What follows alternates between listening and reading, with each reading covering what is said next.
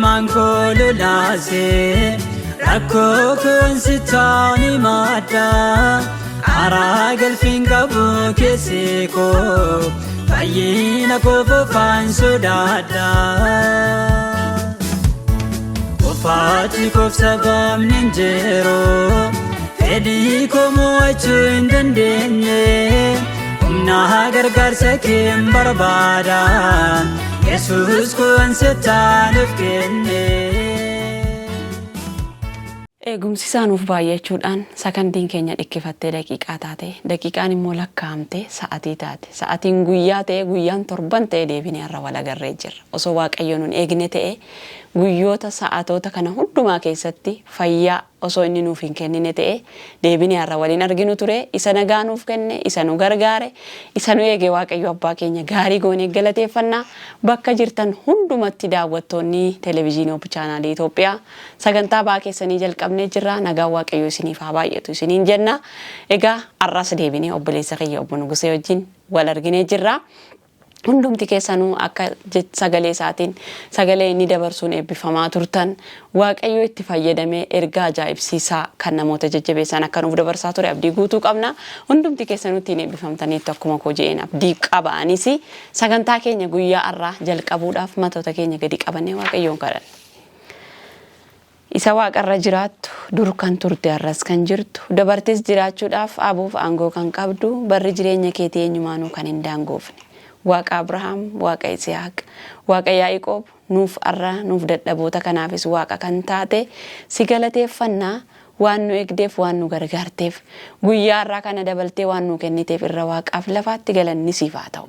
Abbaa qulqulluu dhugumaan galatatu siif malaa hundumatu si galateeffata warri cubbuun isaan tuqeen beeyne kirubeelota kee gidduutti yaa waaqayyo gooftaa kumaaf kumaatamatti kan lakkaa'aman ergamoonni kee si galateeffatu nus galataan fuula keetti dhiyaanneerraa galata keenya simtee nu harkaa fudhachuun jaalala kennuuf haa ta'u abbaa qulqulluu dhugumatti osoo si galateeffannu cubbuu qabna yakka qabna irra daddarba qabna akka nutti araaramtu maaliif akka bakka kanatti dhiyaanne ni beektaa nuti dadhaboota yaa waaqayyo gooftaa dadhaboota keessaan hojii kee hojjechuutti beektaa nurraan darbii hojjedhu wanta lafaa kan darbu kanaaf osoo fiignu mootummaa kee kan dhabne duumessaan gaafa samaa irraa mul'attu mootummaa keetti nu yaadadhu maqaa Yesuusiin ameen ameen waaqayyo keenya isa gargaaraa keenya irkoo keenya abdii keenya ta'e sagantaa keenya darbe keessatti akkuma dubbachaa turre isa yoo itti hirkatan akka nama jalaan jiigne kan nama nuffine kan nama dadhabne irkoo namaaf kan ta'u abdii kan namaaf ta'u waaqayyo abbaa keenya gaarii goonee galateeffannaa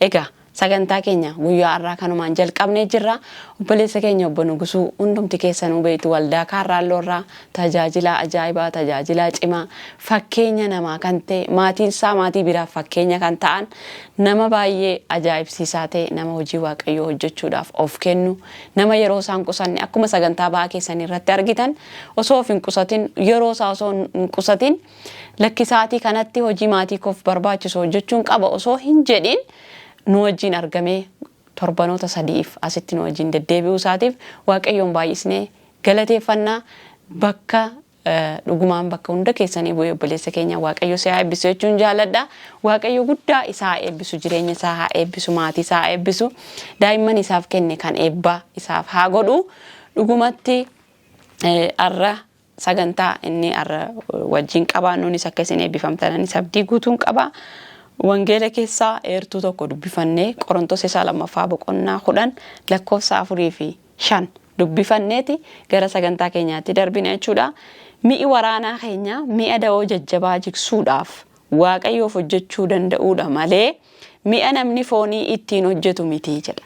Yaada amansiisa hin qabne isa nama wallaalchisuuf qophaa'es ni diigaa jedha. Mi'i waraanaa keenya sun jechuudha.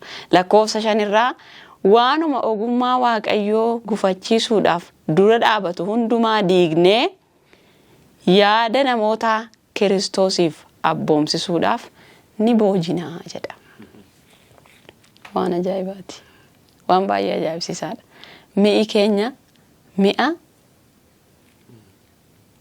mi'i waraanaa keenya mi'a da'oo jajjabaa jigsuudhaaf itti fayyadamnudha. Da'oo jajjabaa fuuldura keenya jiru. Wantoota nu rakkisan gaarreen nu rakkisan hundumaa kan ittiin jigsuu dandeenyudha malee mi'a akkasumaanii mi'a waa'een baasne miti. Humni waaqayyoo kan itti dabalamedha sababii ta'eef jechuudha. Asirratti yaada gabaabaa dubbattee gara maqaa namootaatti deebina. Akkuma kanaan dura torbee sadan darbee waliin qabsiisnee torbee sadan darbee mata duree qabannee kan dubbachaa turre kadhannaan rukuttaa onneeti sabni waaqayyoo irra deddeebi'ee akka yaadatuuf heeruun nu kenname immoo yookaan irraa kaanee nuyi garuu kadhataaf lola dubbii waaqayyoo ergamuutiin namootatti himnaa jedha. Nuyi garuu kadhataaf dubbiin keenya waa'ee kadhannaati. Kadhataaf akkasumas immoo sagalee waaqayyoo isa kanarraa kaaneetu garamitti dhufnee kadhannaan rukuttaa onneeti jenneetu waa lama kaafne waan nama ajaa'ibu tokko waa'ee qurxummii kaafnee deebii deebisiteeti. Ammas isumarra deebina waan kana jennuufi qabna. Waaqayyoo macaafa Maatiyos irratti jabaadhaa kadhadhaa jedhe. Yoo waliin taan immoo yaada tokkoon kadhadhaa jedhe. Agartee waliin yoo taan yaada tokko qalbii tokko yaada bittinna'ami sassaabamne yaada tokkoon kadhadhaa. Yoo yaada tokkoon kadhattan waaqayyo deebii keessan sinii deebisa jedha. Garaagarumsa jira taanaan hafuurri waaqayyo hojjechuun rakkata.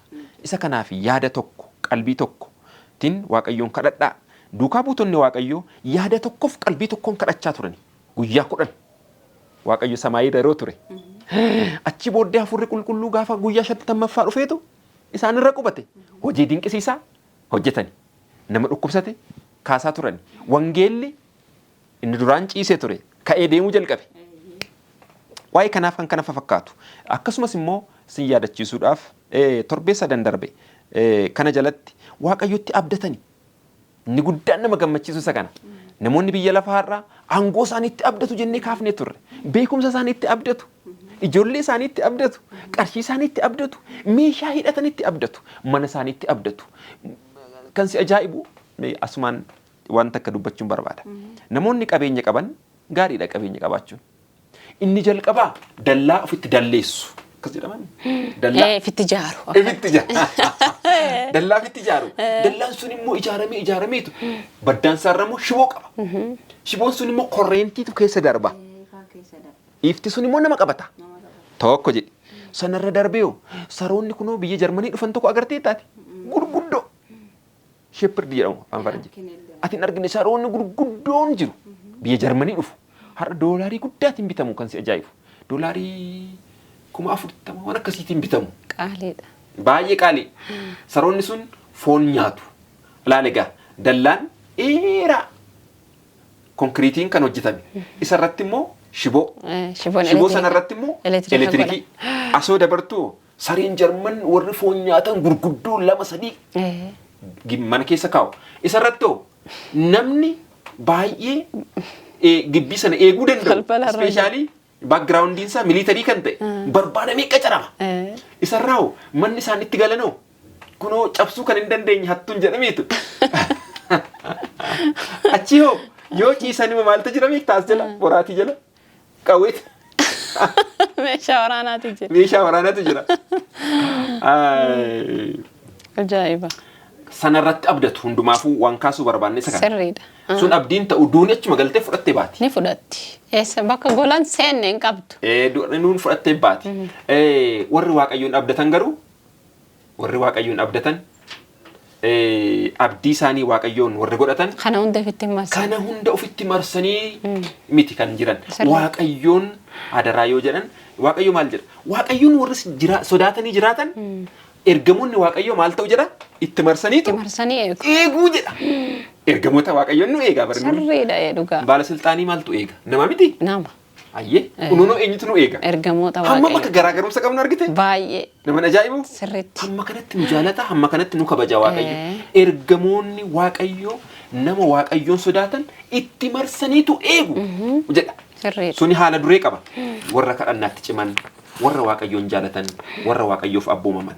Itti waaqayyotti abdachuun murteessaa, itti hirkachuun murteessaa. Kanaafuu duukaa buutonni waaqayyoon abdatanii kana kaafne. Torbee lamaan har'a darbees akkasuma kaafne turre Efesoon irraa dubbii kana dubbachaa turre. Isa asii dubbisneetu eeruu kana akkasuma gara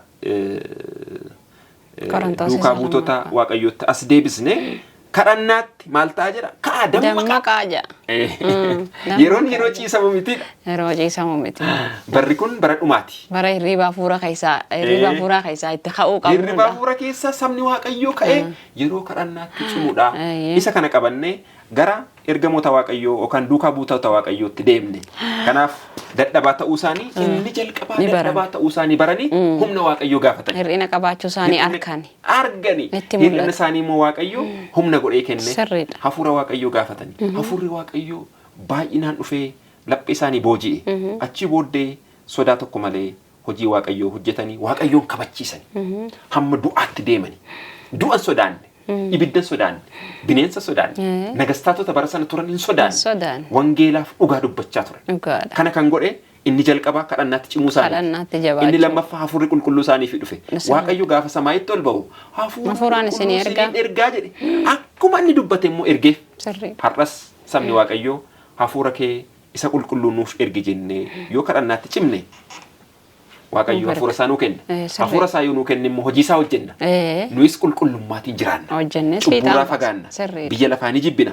Har'as isuma kana wajjiniin kan wal qabatu maal kaafne Qorontoos irraa. Qorontoos isa lammaffaa 14:5 irraa kaasne. Meeshaa keessan meeshaa lolaa hidhadhaa jedha. Meeshaa lolaa hidhadhaa jedha. Meeshaa lolaa keenyas immoo isa ittiin da'oo jajjabaa jigsuudha. Jigsuu dandeenya. Waaqayyoof hojjechuu danda'uudha. Fakkeenyaaf maal jedhama? Mishig jedhu mitiire. Da'oo kana. Da'oo kana. Diina kana cabsuu kan dandeenyu meeshaa yoo hidhannedha. Meeshaa kiristaanni hidhatu maayini? Ishee jedhu dubbannarra. Sirriidha. Meeshichi meeshaa namni foonii ittiin hojjetu miti. Isa miti qawwee miti isa dhukaasanii ittiin nama jiisan miti. Lolli keenya eenyu wajjiniin? Hafuura wajjiniin malee nama wajjiniin miti. Fizikaalii kan argamu wajjiniin kan hin argamne kan hafuuraa wajjiniin. Isaan immoo hafuuraan nuyi kan lolla. Hafuuraan guutamneetu lolla. Gargaarsa waaqayyootiin lolla. Dhugaa waaqayyoo kana qabanneetu lolla. Meeshaan keenya inni cimaan sagalee waaqayyooti. Sagalee waaqayyooti. Meeshaan keenya inni cimaan kadhannaadha. Waaqayyo si haa eebbisu. Kadhannaadha.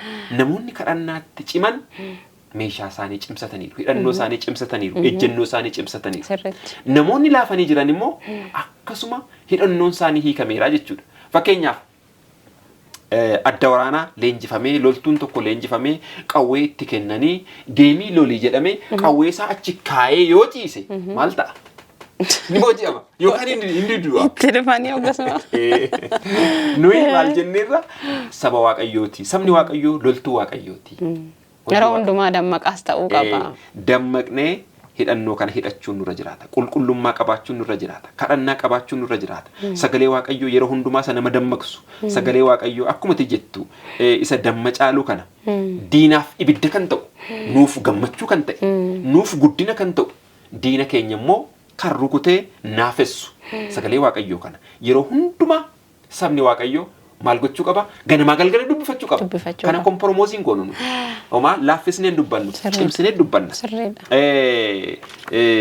Agarteettoo ta'e macaafa qulqulluutiin seexana namarraa dhoowwa jedhanii boraatii jala buufatu. Boraatii jedhee. Yookaan immoo daa'ima ciibsaniitu boraatii jala godhu maali wanti kun jarana yoo jette seexanni kan arganneefi jedhu waan kun sirriidha obse. Sirrii miti dhugaa. Maal gochuu qabu reeta haadha macaafa kana? Bananii dubbifatanii kadhatanitti jiraachuu. Jiraachuudha malee.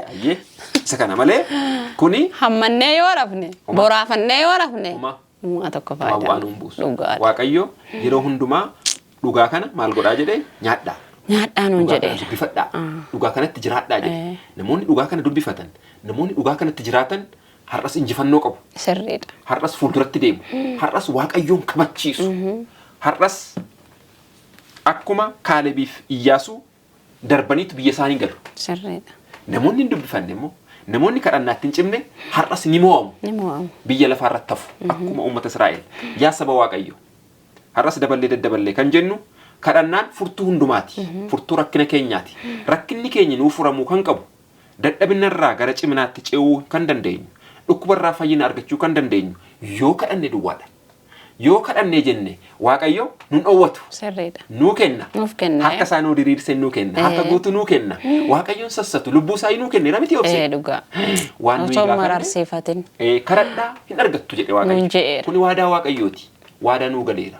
Kan waadaa galee immoo nama miti hin ganu waaqayyo. Isadha hin ganu.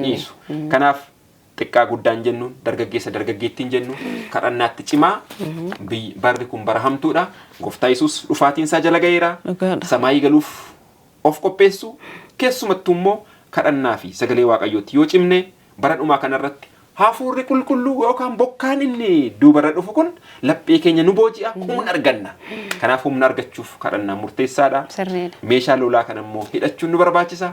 Meeshaan lolaa isa kanaa jenneerra. Isa kan gaaffiin qabu waaqayyo guddaa si eebbisu dhugaa dubbachuuf taanaan baay'ee na eebbiseera isinis akka ittiin eebbifamaa jirtan abdii guutuun qaba. Egaa sagantaan ba'aa keessanii akkuma itti fufetti jira. An obsee katamaa gamoo ogummaa kaameraatiin Xalaawun Shawaa Lammaa nu faana jira. Amma xumuraatti nu faana turaa isiniin jenna. Maqaa namoota muraasa waameen walitti deebina. Nagaa waaqayyoo isiniif haa ta'u sagantaan keessan baay'ee namatti tola isiniin jaalladha galatoomaa nuun jedhanii jirani. Itti aansee nageenyi waaqayyoo isinii wajjin haa ta'u. Anis Israa'el Alamuun jedhama. Waaqayyo balbala hojiitiif milkaa'ina jireenya akkanaaf ta'unaaf kadhadhaa nuun jedhee jira. Waaqayyo si haa gargaaru balbala hojii balbala waan hundumaa kan namaaf banuu danda'u isadha. Si haa gargaaru siin jechuu barbaanna.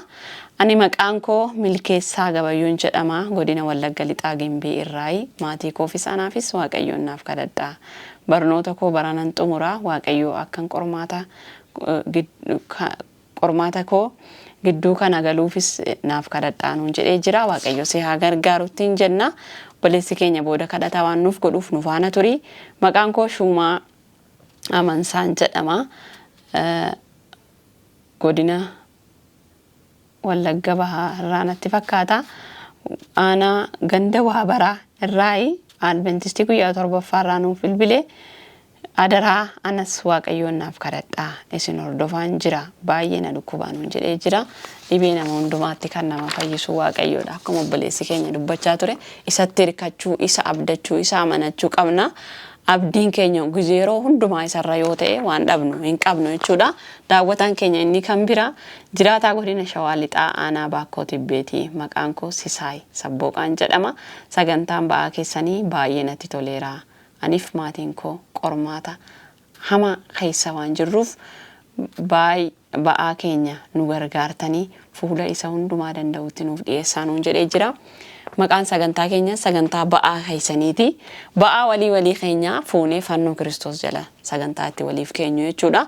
Obboleessi keenya ba'aa guddaa keessa jirra. Isin daawwanna garuu baay'ee nutti toleera. Garuu aniif maatiin koo qorumsa gaamaa keessa jirra.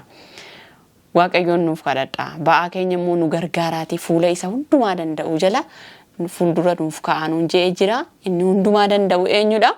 Kiristoosidha waan ta'eef hundumti keenya iyyuu abdii guutuudhaan isa hundumaa danda'u beeknee amannee isatti haa hirkannu abdii keenya isaa godhannu jechuun barbaada. Obboleessi keenya ba'aa daawwattoota keenya hunduma isaa fuudhee fannoo Kiristoos jala nuuf ka'a. Kiristoosis immoo duraan iyyuu beeka waan ta'eef iyya keenya dhagee deebii waan itti isiniif laatuuf maqaan isaa galateeffamu. Girmaa Gamtaan jedhama. Waaqayyoon naaf kadhadhaa. Dhukkuba kulaalitii jechaa jira. Dhukkuba kalee jechuu isaati naaf kadhadhaa. Dhukkuba kalee hin qabaa. Waaqayyo kana gargaaru naaf kadhadhaa nuun jedhee jira. Waaqayyo isa haa gargaaru. Nagaa Waaqayyo isiniif haa baay'atu. Akkam jirtu nagaa keessanii imaanaa kadhannaa isinitti kennachuu barbaadaa. Tokkoffaa irratti baay'ee na dhukkuba. Dhibeen kun erga natti hammaatee waggaa 12 narra ture lakkoofsiseera. Gooftaa isa furtuun hibboo waa maraa ta'etti na dhiyeessaa nuun jedhee jira. Obboleettiin koo tokkos dhibee sammuun qabamtee waggaa 2 fi ji'a 5. Maatiin koo baay'ee dhiphina hamaa keessa jirra. Adaraa gooftaatti nu dhiyeessaa. Hundumarra kan caalu dhukkubbiif waraansa dachee kanarratti ittiin dararamaa jirru kanaan abdii kutannee samii akkan dhabneef achi keessatti yaaddoon kanneen raawwatanii akkan jirre hubannee gaafa hundumaa yeroo maraa obsaan baachuu kadhachuu akka qabnu jabina irree isaatiin gargaaramnee fuula abbaa keenyaa turuu akka dandeenyuun jedha nuun jedhee jira waldaa Adventistii guyyaa torbaffaa sandaafaa irraa kan inni nuuf barreesse. Waaqayyo isaa eebbisu sagantaa ba'aa keessaniif gooftaan isin eebbisu nuun jedhee jira. Gooftaan isaa eebbisu sagantaa kanas waan daawwattuuf galatoomii. Dhibee waggaa 12 narra tureen qaba nuun jedhee jira. Dubartii waggaa 12 guutuu rakkatte sun kan ishee keessaa dhangala'aa ture dhiigadha. Dhiigni kun immoo addumaan warri shamarran taane warri dubartoota taane ni beekna. Guyyaa 5 marsaan laguu inni uumamaan namatti dhufu sun yeroo namarra turu guyyaa 3 amma 5 yoo baay'ate inni guyyaa fi waggaa gidduu torbanoonni jiru ji'oonni jiru wantoota baay'eetu jira. Guyyaa hamma sanaaf iyyuu hamma akka namatti ulfaatu beekna. Dhibee waggaa hamma sana qabeenya isii qabdu hundumaa itti fixatte jira. Namoonni hundi ni ajeeffatan jira. Maatiin isii ni jibban, ollaan ni jibban. Namni hundinuu ni balaaleeffatee jira dubartii sana.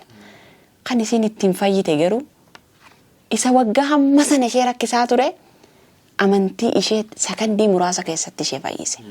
Obboleessi keenyas yoo amane akkasuma isa waggaa 12 irra lakkoofsise kana gooftaan sakandii muraasa keessatti irraa kaasuu danda'a. Amanuu qabna.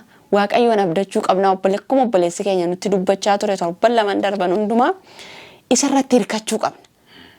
Hirkoo amanamaadha inni. Hirkoo nama jalaan jiin. Hiriyyaan akka saamichuun amanamaan hin jiru. Obboleessi keenya tokko dhiyoo tana sanbata darbe nutti lallabaa ture. Yeroo darbe ji'a kana natti fakkaata. Kiristoos michuu amanamaa kan cubbamootaati jedhee nutti lallabaa ture. Michuu amanamaan ati cubbamaadha jedhee nun dhiisu. Ati halee kana gochaa turte jedhee nu gatee hin deemu.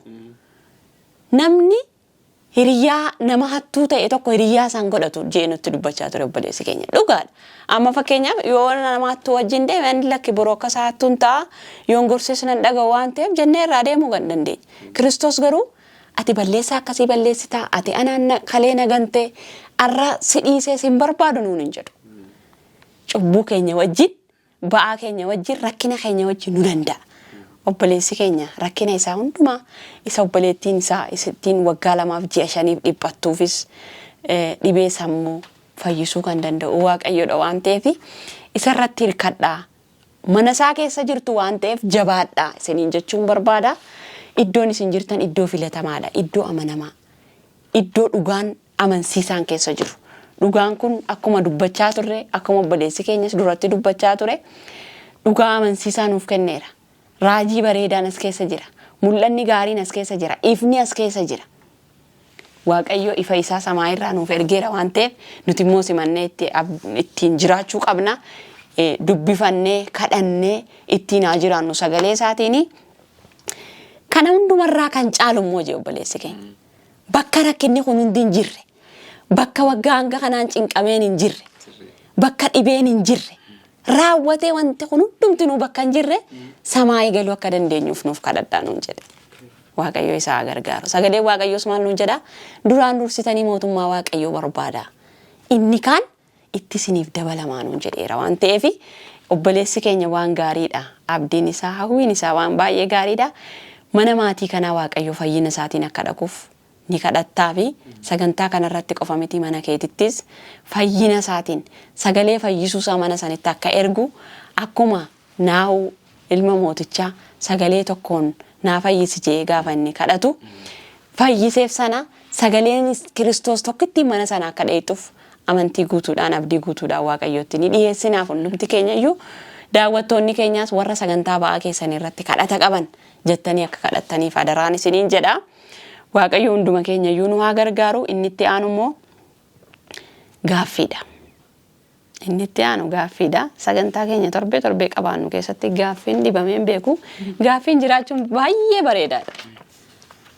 Gaaffii yoo dhufe Yoo gaaffichi siin galletee qorattee akka bira geessu si gargaara sumaanuu. Namuma gaafatamu sanuu gaafficha deebisuuf jettee yeroo ati dubbistu siif ifni dabalamaa jira bara.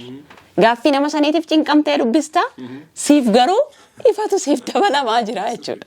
Waan baay'ee gaariidha gaaffii. Waan baay'ee gaariidha. Guyyaan boqonnaa sanbata duraati moo guyyaa dilbataatiin jedhe. Adaraa isa dhugaa nutti himaa. Addisuu Fiqaaduun jedhama. Iluu Abbaa Booraa irraa. Aanaa Yaayyoo irraa hinuun jedhe. Kana wangeela keessaa eertuu inni keessaa argachuu danda'us ni kenninaafi yaadatti qabadhu gincii irraa nuuf bilbilee mabruu daa'ima dhabee abbaan warraa koo walii kuufanii waan ta'eef kadhannaan barbaadanaaf kadhadhaa jedhee jira. Jettee jirtu obboleettiin keenya mabruu jedhamti. Sababii daa'ima dhabneef abbaa manaa kiyya wajjin adda ba'uuf jennaa. Baay'ee daa'ima kan kennu Waaqayyoodha. Gaa'ilas kan nuuf kenne Waaqayyoodha. Gaa'ila eessatti hundeesse? Edan Gannat keessatti hundeesse. Karoorsee yaade. Daa'imas guyyaa fedhaaf jaalala isaa nuuf kenna. Gaa'illi harka Waaqayyootiin hundaa'e immoo sababa daa'ima dhabuutiin diigamuu hin qabu. Waaqayyo waan hundumaa qaba. Harki isaa bal'aadha. Hannaan yommuu gungumtu itti ga'isaa turani, itti qoosaa turani. Machoofte jedhaanii turan. Lakki ani machoofne Waaqayyotti haasa'an jira jettee yommuu isheen abdii guutuudhaan isatti hirkattu argina. Garuu gadameessa Hannaa waggaa dheeraadhaaf daa'ima dhabee ture Waaqayyo daa'ima hammachiise. Wanti sagalee Waaqayyoo dubbannaan hin taane hin jiru waan ta'eef gaa'illi kun sababa daa'ima dhabuutiin akka hin diigamneef daa'ima inni kennuu danda'u. Daa'ima inni nama hammachiisuu danda'u. Harka isaa keessa jira waan ta'eef Waaqayyo daa'ima isaaniif haa kennu. Yaadatti qabadhu. Egaa kanuma fakkaata daawwattoonni keenya guyyaa har'aatiif ergaa nuuf ergan kanneenidha.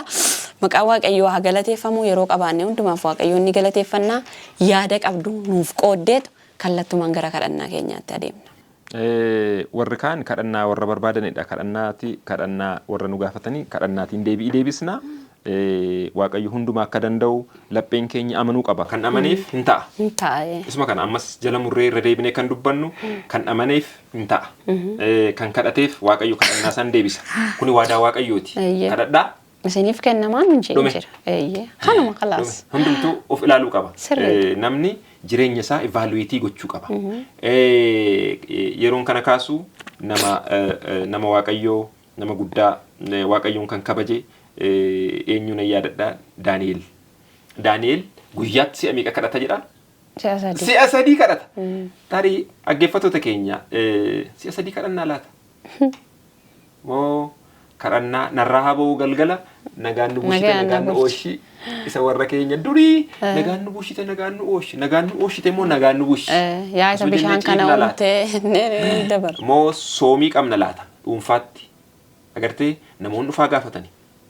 Kanaan alatti harki Waaqayyoo hin gabaabbanne. Har'as Waaqayyoo hojjechuun dhiifne.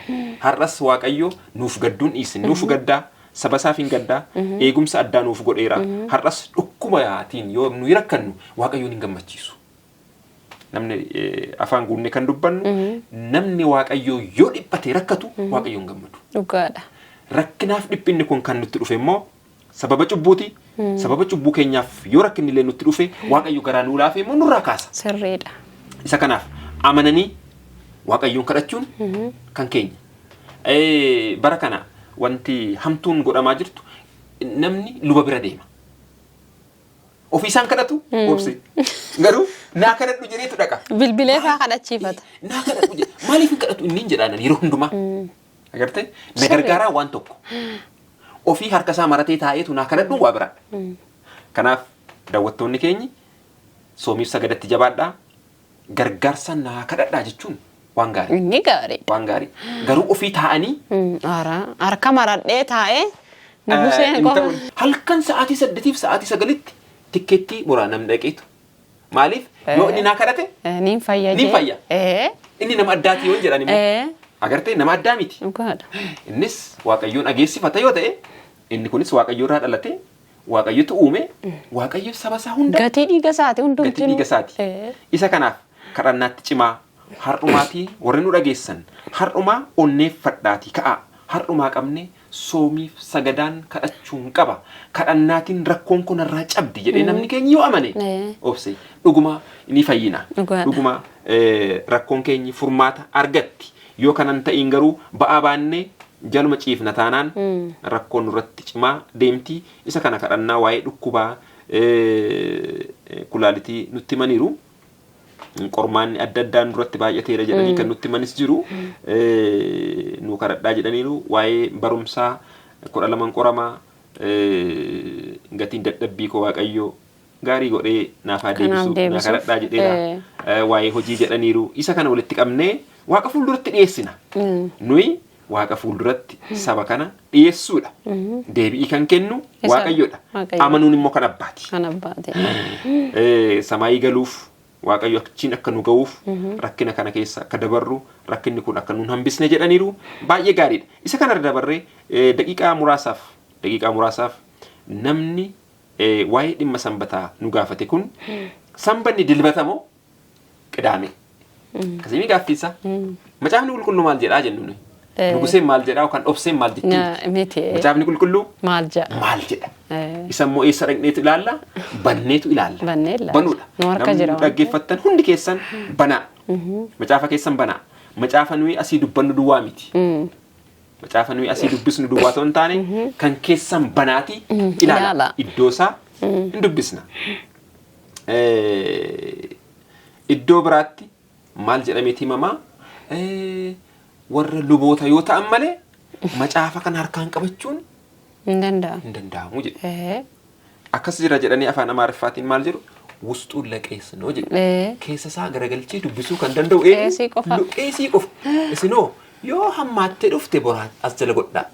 Kanaan alatti balaarraa isin garuu akkasan jenne sagalee Waaqayyo hundi keenya akka dubbisnuuf. Akka dubbisnuuf kenna. Kanaaf bilisa taanee akka dubbisnuuf. Deemnee dubbisna. Xinnoo yeroo barbaadaa akkasuma ammas gara Pastor Tamasgeetti riifarii goona. Inni dirqama. Waa'ee dhimma kanarratti yeroo fudhatee waan dubbatu nuyi waanuma gabaabduu dubbanneetu gara kadhannaatti deebina. Waaqayyo ifa akka nuu kennuuf rakkoo keenyaaf akka nuu furuuf. Sagantaa sa'aatiin keenya dhumeera waan ta'eef xiqqishuma dubbanne. Luqaas 23 gabaabseen dubbadha. Har'aaf deebii kan ta'u duwwaatti barbaanna.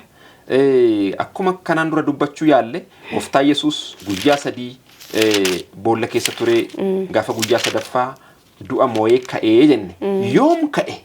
Isa dhaga. Isadha. Yoom ka'ee, yoom du'ee, yoom owwaalame.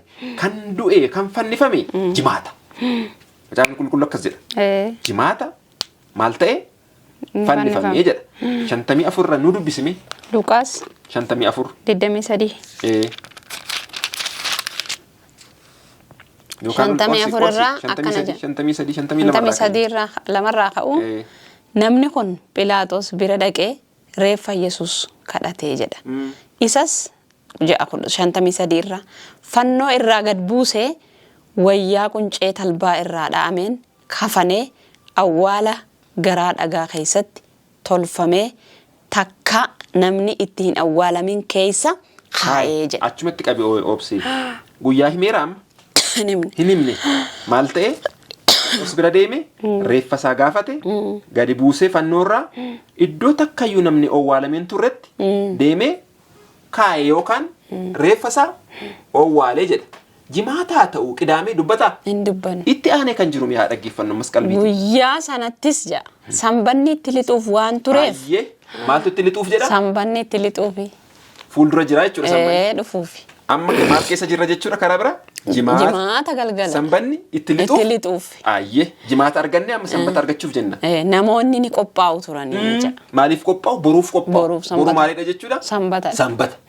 Har'a maalidha jechuudha isaan qophaa'aa turan? Jimaata. Jimaata. Sirriitti akka nu qalbeeffattan nuun alatti immoo hafuurri qulqulluu siniif haa ibsu gaafa jimaataa inni fannifamee fannoorraa bu'ee hin owwaalame. Namoonni Kiristoos Iyyasuus duukaa turan maal gochaa turan jedha? Itti fufee dubbisu? Sanbata simachuuf qophaa'aa turanii jedha. 55 irraa dubartoonni Galiilaadhaa Iyyasuus duukaa bu'an sun Yoosefii wajjin dhaqanii iddoo awwaalchaa akkasumas akka itti reeffi isaa kaa'ame hubatan. Achumaa deebi'anii immoo waan ittiin reeffa isaa sukkuuman urgooftuudhaa fi dibata qopheessani. guyyaa sanbataatti garuu akka seerri ajajutti ni boqotanii jedha. Dubbiin as jirti gala. Gaafa jimaataa hin fannifame jenne tokko fannoo irraa bu'ee lama inni awwaalanii dhaqanii tasayyuu iddoo awwaala nam tokko awwaalame kan hin beekne sadii dubartoonni Kiristoos duukaa bu'aa turan haati gooftaa Yesuusis faana jirti. Magdalaawit Maariyamis faana jirti. Isaanis dhaqanii Yoosef wajjin maal godhan iddoo inni itti awwaalame ilaalanii achi maal godhan gara mana isaanii otoo bu'anii galanii yoo akka seerri Waaqayyoo akka abboommii Waaqayyoo dubbatutti mana isaanii boqotanii oolanii. Kuni guyyaa kamii? Sanbata. Guyyaa Qidaamee yookaan Sanbata. Namoonni ammas akka adda baasan irra deddeebinu gaafa jimaataa ni awwaalame awwaalcha isaa bira dhaqanii arganii gaafa Qidaamee mana isaanii boqotanii akka seerri Waaqayyoo dubbatutti akka Nuguseen dubbatutti miti akka Obseen dubbatutti miti akka macaafni qulqulluun dubbatutti mana isaanii boqotaniitu oolan. Sanbata jechuun boqonnaa jechuudha. Guyyaa boqonnaati. Waaqayyo maal jedhe guyyaa jaasii kenneera. Guyyaa torbaffaa maal godhe jedhe qulqullina teekuuf yaadadhu boqodha jedhe. Guyyaa jaa hojjedhu gaafa torbaffaa sanbata jechuun kan Waaqayyooti. Sirriidha. Waaqayyo maal godhe guyyaa jaa hojjete gaafa torbaffaa ni boqotee jedha miti. Iddoo sana deemnee dubbisna rakkoon hin jiru. 55 nu dubbiste 56 dubbiste meecee immoo 24 tokko isuma dubbisiiti achumarra dhaabna. Guyyaa jalqaba torbaniitti. Jalqaba torbanii jechuun jedheetu gaafa sanbata guddaa jedha. Dilbata jechuudha. Akka aadaa Oromoo. Akka aadaa nama afaan kana dubbatutti miti. Na kana namatu itti dabale koomaa keessa jira waan ta'eef. Guyyaa dilbataa obboroo dubartoonni sun urgooftuu dibataa isa qopheessanii turan fuudhanii gara awwaalichaa dhaqan jedha. Ilaga amma adan irratti waan sirriitti dhaggeeffattoota keenyaaf sanbanni tokko malee lama miti obsi. Injiru. Tokko malee lama injiru. Lama injiru. Namatu koomaa keessatti itti dabale. Asumatti wal faallessa. Maal jedheetu guyyaa jalqaba torbanii guyyaan jalqaba torbanii kamii? Dilbata. Waaqayyo gaafa kamii boqodhaa jedhe? Gaafa torbaa moo gaafa tokkooti? Torbaffaa. Gaafa torbaffaa boqodhaa jedhe. Asitti garuu dilbataatiin maal jedhe? Gaafa guyyaa jalqaba torbanii. Jalqaba torbanii jechuun tokko jettee kan lakkooftu jechuudha. Guyyaa hojiif itti bobbaatu. Tokko jettee kan lakkooftu. Dilbata tokko jettee yoo lakkooftu. Maaliif macaafni akkas jedha kaa jalqaba torbanii jalqaba jechuun guyyaa tokko jechuudha. Dilbata itti aanee wiixata qixxata roobii jimaata sanbata. Torbaffaan sanbatarra. Kanaaf guyyaan Qidaamee guyyaa torbaffaati. Guyyaan dilbataa guyyaa tokkoffaa guyyaa hojiiti. Kiristoos Yesuus gaafa inni uumuu jalqabe gaafa dilbataa jalqabe. Sirriidha. Gaafa kamii dhaabe? Gaafa jimaata dhaabeetu sanbata immoo boqote. Ni boqote. Nuunis gara boqonnaatti nu galche. Kanaafi Zatsa'aat yookaan immoo seera ba'uu keessa baay'ee kiliirii godhee kaa'eera achitti immoo kana caalaayyuu. Meeddoo sana beekne. Guyyaa sanbataa qulqullinatti eeguudhaaf yaadadhu. Guyyaa ja'a hojii kee hojjedhu jiruu kee hundumaa godhadhu jedha. Guyyaan inni torbaffaan garuu sanbata ana Waaqayyo gooftaa keetiif eegamu. Waaqaati sanbanni kun eeshi. Ati ilmi kee intalli kee hojjetaan kee hojjettuun kee horiin qe'ee kee galaan keellaa kee keessa jirus isatti hojii tokkollee hin hojjetini jedha. Guyyaa ja'a keessatti bantii Waaqaa fi lafaa galaana wanta isaan keessa jiru hundumaas uumee guyyaa torbaffaatti nan boqodhe. Kanaaf ani Waaqayyo guyyaa sanbataa nan eebbisee nan qulqulleessesi jedha. Kanaaf obboleessi keenya gaaffii kana nu gaafate guyyaan kun inni jalqaba kan Waaqayyooti. Guyyaan kun torbaffaadha Qidaamee. Guyyaan kun Waaqayyooti. Guyyaan kun kan eebbifame kan qulqullaa'edha. Kan eebbifame kan qulqullaa'e. Kan Waaqayyo kan ta'e hundumtu kan eebbifame kan qulqullaa'e. Gaa'illi kan eebbifame jedhami macaafni qulqulluu. Gaa'illi Waaqa biraati kan namaa kennamu jedha. Gaa'ila kan namaaf kennu Waaqa. Gaa'illi eebbifamaadha jedha. Sanbanni qulqullaa eebbifamaadha jedha. Asraanni kan Waaqayyooti miti kudhan keessaa tokko. Qulqullaadha jedhaani kan sirrii. Maaliif kan Waaqayyo kan ta'e hundumtu qulqulluudha waan ta'eef. Kanaaf baay'ee gaariidha. Baay'inaan immoo obboleessi keenya Paastar Tamasgeenii deebii itti nuuf laatu irra caalaa isaan yeroo itti fudhatanii sa'aatiin keenya dhumeera waan ta'eef ogeessi kaameraa keenya nu akeekkachiisaa jira. Ergaa muraasa waan qabdu dabarsite tanumaan wal qabsiste jechuudha gara kadhannaatti deemne. Ayyee namoonni akkasii iddoo baay'eetii gaaffii qaban bilbila keenyaan nu gaafachuu yookaan immoo stuudiyoo keessaa waa'ee dhimma namoota gaaffii gaafataniif sagaleen waaqayyoo irratti hundaa'anii deebii deebisan isaaniin caqasuudha. Hunda caalaa waaqayyo dubbifadhaa jedhee dubbii kana nuu kenne. Kannee jira kana dubbifadhaa. Isa kana dubbifadhaa.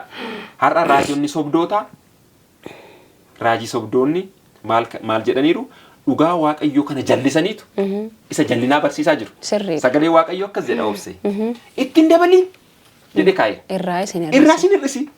Yoo itti dabalte dhayichi sitti dabalama. Sitti dhufa. Yoo irraa dhayichi sitti dabalamee sitti dhufa jedha. Irraan hir'isiin samaayii keessaa hir'atta jedha. Sirriidha. Abaarsaan kaa'eera waaqayyo. Otoo ittiin hir'isiin asirraa dubbisne namoonni har'a gaaffii gaafattan gaaffiin keessan gaarii bilbilaatiin nuqunnama. Akkasumas immoo waan sin harka jiru macaafni qulqulluu dubbifadhaa. Namni waan jedheef miti. Abbaan barbaade waan barbaade dubbachuu danda'a. Macaafni qulqulluu kun jedhaa. Isa kana laaluudha. Bakka akkas. Isa kana laalaa tokko isa lammaffaa immoo dhugaa kana naa ibsi waaqayyo jedhanii kadhachuu. Halkaniif guyyaa kadhachuu. Yoo halkaniif guyyaa kadhattan waaqayyo karaa abjuu namatti hima, karaa namaa namatti hima. Sammuu keenya nuu bana. Kan dukkaneessanii jallisanii nutti himan waaqayyo immoo kallacheessee nutti hima. Sirriidha. Kanaaf gaaffii keef guddaa si galateeffanna. Waaqayyo si haa eebbisu. Gaaffiin biraas soo jiraate dabalii gaafadhu. Namoonni deebii deebisan jiru. Waaqayyo immoo ifa kan akkasii ibsuuf waaqayyoon sii kadhannaa jedhanii. Waaqayyo isa haa gargaaru baay'ee galatoomittiin jenna. Namoonni daa'ima dhabee abbaa manaa koorraa adda ba'uuf hin jedha obboleettiin nuun jette jirti. Kanarratti cimsitee mana keettis yeroo hundumaa akka kadhattu hundumti keenya iyyuu akka kadhannu ayyaana isaa waaqayyo nuuf haa baay'isu wal yaadannee akka walii kadhannuu fi sagantaa ba'aa keessanii irratti warra gaaffii qaban kana addumaan waa'ee daa'imaa waa'ee dhukkubaa wantoota adda addaa gaaffii warra qabaniif kadhachuu akka dandeenyuuf gooftaan ayyaana isaa nuuf haa baay'isu. Bakka turtan hundumaatti isa isin gargaare gooftaa keenya ni galateeffanna. Sagantaa keenya bakka hundumaa teessanii hordofaa waan turtaniifis gooftaan isin haa eebbisu. Biyya alaatiis biyya keessaayis warri sagantaa kana hordoftan hundumti keessanuu warra ba'aa qaban kana hundumaafuu akka kadhattan adaraa isiniin jechuun barbaada. Sagantaa keenya guyyaa irraa kanumarratti goolabna. Obboleessa keenya Nugusees si deddeebisneerraa si dhamaasneerraa guddaa galatoomi. Hojii keenyaaf miti, hojii mana keef miti, hojii waaqayyootiif deddeebite waaqayyo isaati dhiiftee irraa hir'istee dhufte guutuu siif haa godhu jechuun barbaada. Akkuma nu barsiisaa turte warra isatti hir'ina qabna jedhanii dhiyaatanii guutuu godhee isaan mul'ise hojii waaqayyoo hojjetanii akka fiixaan baasan taasisettetta. Akkasumatti guutuu godhee dhaabee hojii isaa hojjettee fiixaan akkas baaftu si haa taasisu jechuun barbaada. Gooftaan si haa eebbisu. Kanumaan xumurraa kadhanni nuuf ta'a. Xumura irratti immoo faarfannaa obboleessa keenya Girmaa'ee. Obboleessa keenya Girmaa'ee baay'ee natti tola faarfannaan inni faarfatu baay'een jaalladha. Ergaan isaa toorri inni dubbatu buufata miti toorri tokko iyyuu lallaba yeroo dheeraa fudhatudha. Baay'ee namatti tola dhugaa dubbachuuf taanaan obboleessi keenya Girmaa'een kennaa addaa qaba faarfannaadhaa fi waaqayyo qalamni kee akkasumatti mirgisee akka itti fufu siif haa taasisu. Jabaadhu osumatti faarfattuu dhufaatiin isaa siif haa ta'u jechuun barbaada. Malalleen harka kee keessaa faarfannaa jedhu humna uumamaa to'ataa jedha.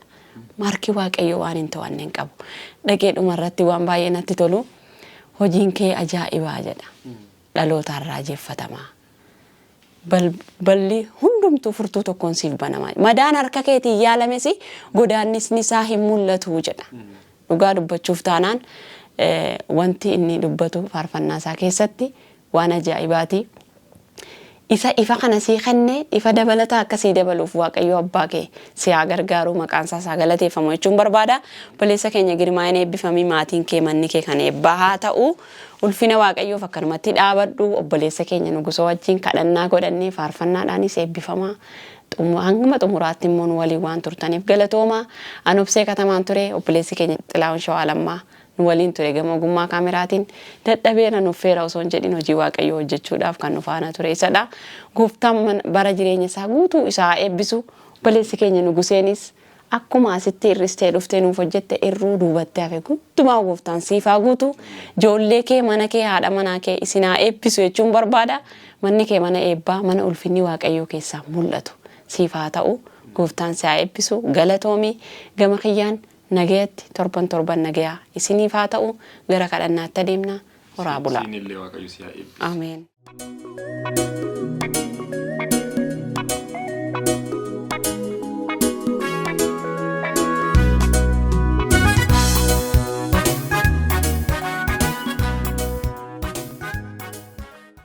du'a moo'ee kan ka'e duuni waaqayyootiin illee qabuu kan hin dandeenye kan du'a injifate kan akka waaqayyoo hin jiru kan akka waaqayyoo garraamiin kan akka waaqayyoo arjaan hin jiru biyya lafaarra kan nama jaalatu kan namaaf du'e sanaanuu yaa waaqayyo gooftaa cubbamaaf duute nuyi yaa waaqayyo gooftaa dabarsinee diinaaf silaanne dhugaa nutti kennite gooftaa dhugaa kana haalle yaa waaqayyo gooftaa ati dhiifama nuuf goote jaalala addaan nu jaalatte dhuguma yaa waaqayyo gooftaa ati warra si ganan warra si didan warra cubbamootaaf wadaaja yaa waaqayyo gooftaa galanni siif haa ta'u anis obboleettiin koos har'as yaa waaqayyo warri nu dhaggeeffatan warri sagalee kana dhaga'an warri sagalee kana dawwachaa jiran maqaa gooftaa Yesuus Kiristoosiin cubbuu keenya nuu dhiisteetta maqaan kee galateeffamu nuuf gooftaati wadaaja keenya siin alatti wadaaja biraa hin qabnu nuyi siin alatti kan nuuf caalu hin jiru yaa waaqayyo gooftaa haadha keenyaa oli abbaa keenyaa oli fira keenyaa oli ati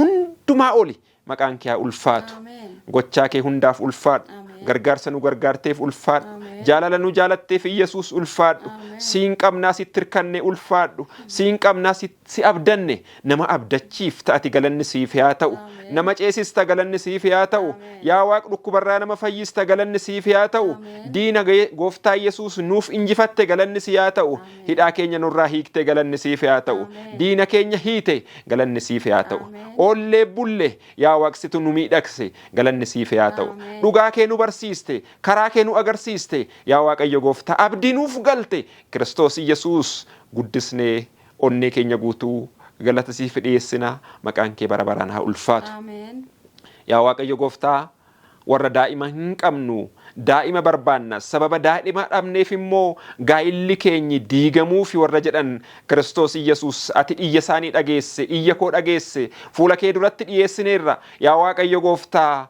Kiristoos Yesuus kennaan daa'imaa si biraati gaa'illi kun maqaa Kiristoos Yesuusin akka hin diigamne gaa'ilati dhaabde yaa Waaqayyo gooftaa hafuura qulqulluu daa'ima si biraa kan ta'e kennaa addaa kan ta'e ati isaanii fi kennii isaan dinqisiisi isaanii fi kennii gooftaa galataan haa dhaabatanii diinni isaanii haa qaana'u har'as yaa Waaqayyo gooftaa ati maseena homaan bu'aanaan buustu jedhanii kan wal dhaban diinni gidduu isaanii kan gale jireenya isaanii hunkuraa kan jiru yaa Waaq diiguuf kan ka'eeru gooftaa Yesuus karoora diinaaf yaada diinaatirraa cabsi maqaa gooftaa Yesuus Kiristoosiin karoorri diinaa gaa'ila isaanii akka hin diigne yaa Waaqayyo gooftaa ati guutuu godhii isaan dhaabi hunda caalaa gooftaa Yesuusin qabu kan hunda caalu kan daa'ima caalu kan abbaa caalu kan fira caalu Yesuusin qabu Yesuus laphee isaanii keessa ati gali Yesuus ilma Waaqayyo hafuura qulqulluu siin qabaannaan hundumaa qabu yaa Waaq kan siin qabu gammachuu qaba kan siin qabu daa'ima kan caalu qaba kan siin qabu gooftaa Yesuus warqee meetii kan caalu Yesuusin qabaannaan nagaatu jira nagaa hunda caalu kanaaf siin qabu gooftaa galanni siif haa ta'u hafuura qulqulluu galanni siif haa ta'u abbaa nagaa galanni siif haa ta'u maatiin kun haa eebbifamani argachuutiin haa eebbifamani gaa'illi isaanii dhaabate hamma dhumaatti yaa Waaqayyo gooftaa otoon diigamin haa turu gooftaa Yesuus ilma Waaqayyoo gaa'ilati dhaabde yaa Waaqa akka hin diigamne hadaraa sitti kennine boo'icha keenyaan gooftaa Yesuus hundeen gaa'ila isaaniis maqaa keetiin gooftaa hadaraa siin jenneera ati hadaraa namaan nyaattu gaa'illi kun gooftaa ati baraari maqaa Yesuusin ati baraari harka diinaa akka hin galle diinni akka gooftaa Yesuusin hunkurratti eegi galanni siif haa ta'u gochaa kee ulfaadhu barumsa barachaan jira yaa Waaqayyo gooftaa kan jedhe dargaggeessi 12ffaa kan qoramu Kiristoos Yesuus ati sammuu isaa baniif sirriitti yaa Waaqayyo sirriitti dubbisuu akka danda'u gooftaa Yesuus hafuura qulqulluu otoon dubbisiin wuxxeetii akka hin eegne dubbisee gatii dadhabbiisaa akka eegu ati immoo gatii dadhabbiisaa ati kenniif otoo baratuu siinaa tajaajilu otoo baratuu sitti haa abdatu otoo baratuu galata siif haa gashu hojii kee haa hojjetu hunda caalaa hojii kee hojjennaan ati immoo miidhagsiteetu gooftaa Yesuus namaa gadi hin gootu namaa ol goota kanaaf yaa Waaqayyo wuxxeetiinsa gaarii akka ta'u isa gargaari Kiristoos Yesuus akkasumatti wuxxeetiin hin dhufu dadhabbiidhaan dhufa dadhabbii isaati eebbisiif kan inni dubbisu akka galuufiif isa gargaari hamaarraa cabsi yeroon isaa iddoon taanetti akka hin banne yaa Waaqayyo gooftaa dabtarii isaa wajjin yeroo hundumaa wal'aansoo akka qabu abbaayyee ati humna ta'iif ati fayyaa ta'iif ati gargaaraasa ta'iif ati yaa Waaqayyo wuxxeetiif guddaa fidee gara yuunivarsiitiitti akka darbu gargaari hunda caalaa mootummaa keef haa qophaa'u hunda caalaa si haa tajaajilu hunda caalaa siif haa amanamu hunda caalaa sitti haa abdatu hunda caalaa sitti haa hirkatu barumsas kan caalu Yesuus sitti haa hirkatu galanni siif haa ta'u gochaa keef abbaa garraamii ulfaadhu waaqa nagaa ulfaadhu waa'ee dhimma sanbataa kan hin gallee fi gooftaa Yesuus dhugaa kanatti ibsiif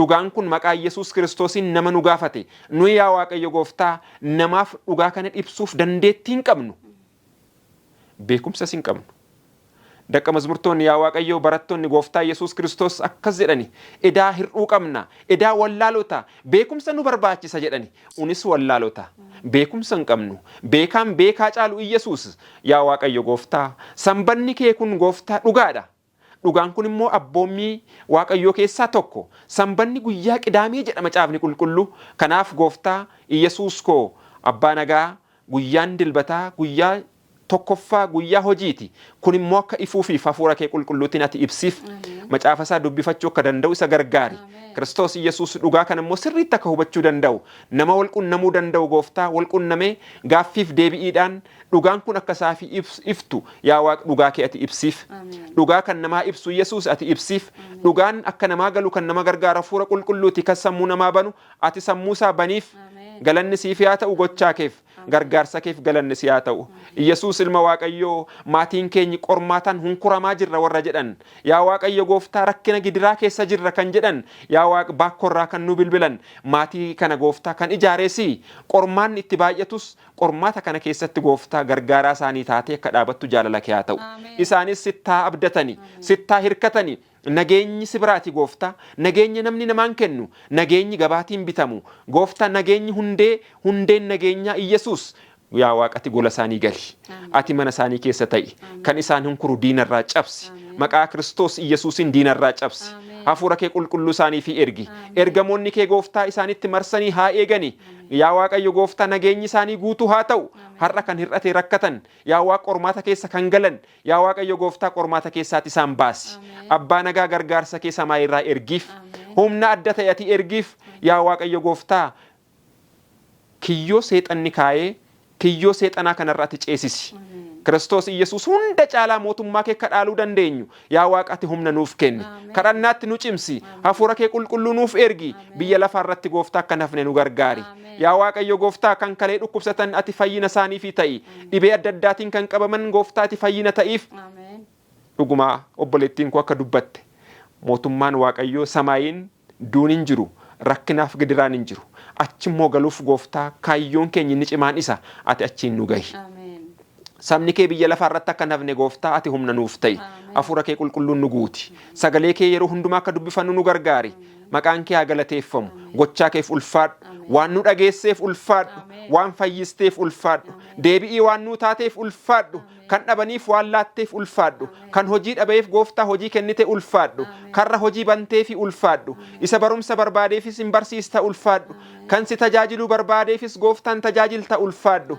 kan daa'ima dhabeefis hin kennita ulfaadhu gaa'ila diigamuuf jedhe deebistee dhaabda ulfaadhu Kiristoos Yesuus abbaa nagaa kan dhaban kaleen isaanii gooftaa Yesuus yaada namaan yaa Waaqayyo gooftaa ammaa booddee hojiin hin dalagu hin danda'u ati ammaa booddee carraa jiraachuun qabdu jedhanii kan namatti dubbatan har'aa booddee carraan isaanii akka haaraatti gooftaa ati akka lalisu isaan gargaari ulfinni siif haa ta'u nu dhageesseetta ulfaadhu nu deebisteetta ulfaadhu sitti abdachuuf si amanuu gooftaa nu kenni lapheen keenya siinaa booji'amu nu chaappeessi dhugaa kee irratti gooftaa nu chaappeessi dhugaan kee gooftaa laphee keenya haa booji'u lapheen keenya dhugaatiin booji'amnaan yaa Waaqayyo gooftaa kan duuba nu deebisu tokkollee hin jiru duuni duuba nu deebisu gidiraan duuba nu deebisu beelli duubatti nu deebisu chaappeffamuun isa kana isa dhugaarratti cichuu dhugaarra dhaabatanii jiraachuu kanaaf yaa Waaqayyo gooftaa dhugaarra dhaabannee akka cichinu nu gargaari dhugaan Kiristoos Yesuus yaa Waaqayyo gooftaa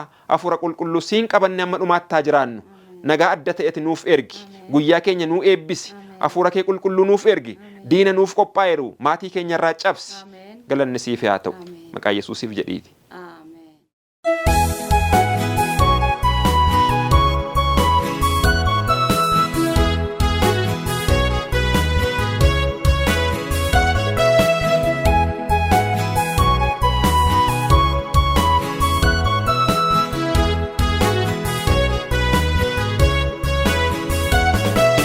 Malaalli narkaa kee keessaa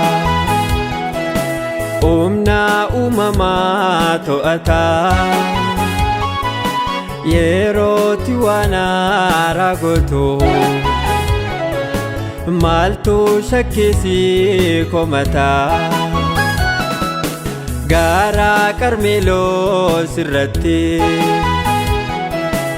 ibidda bishaan mo'ate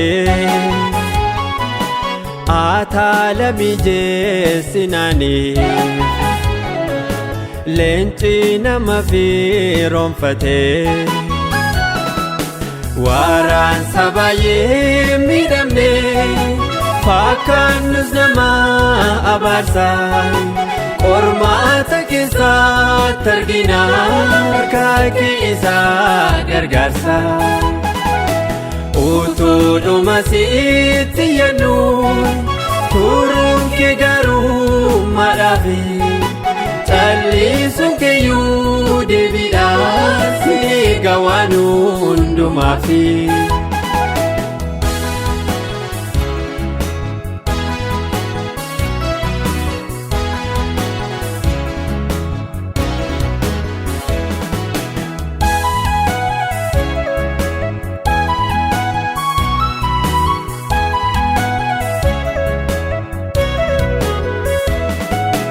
Alaazar michuun keessuni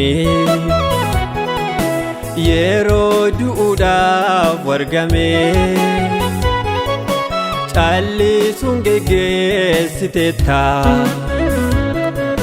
tuutaa gara keetti ergame yoo si waaman callisuun kee fakkaatus garaa jabinaa awwaan tokko hubadheera turtee dhufuu kee tulfinaa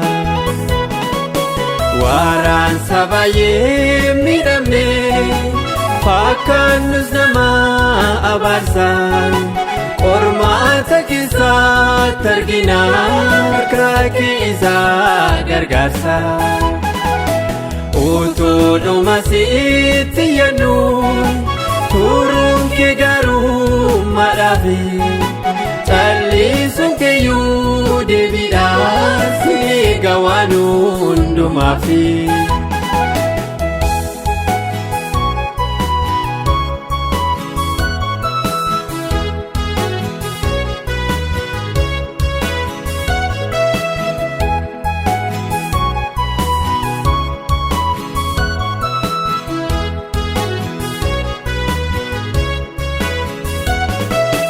Dirree durarraa jajjanii warri falmanii eenyummaa kee boollaa biddaatuun seenini fedhaaniiru gargaarsa kee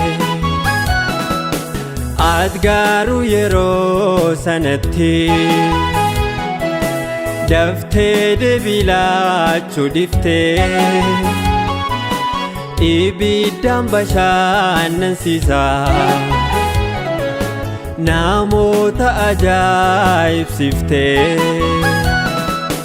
waraansa baay'ee miidhamne fakkaannus nama abaarsa qormaata keessatti argina harka isaa gargaarsa utuudhuma sitti yannu turuun kee garuu madhaafi callisuun keeyyuu deebiidhaas ni gawaan hundumaafi.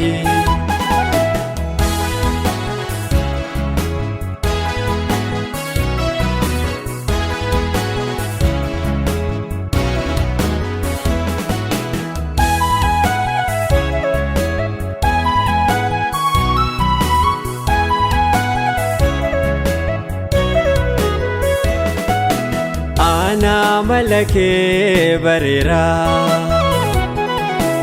akkaati gattee nun dhiifne addunyaa wantoota kanaas takkaati nunaaf dachifne warqeen akkamiin beekamaa ibidda seenuu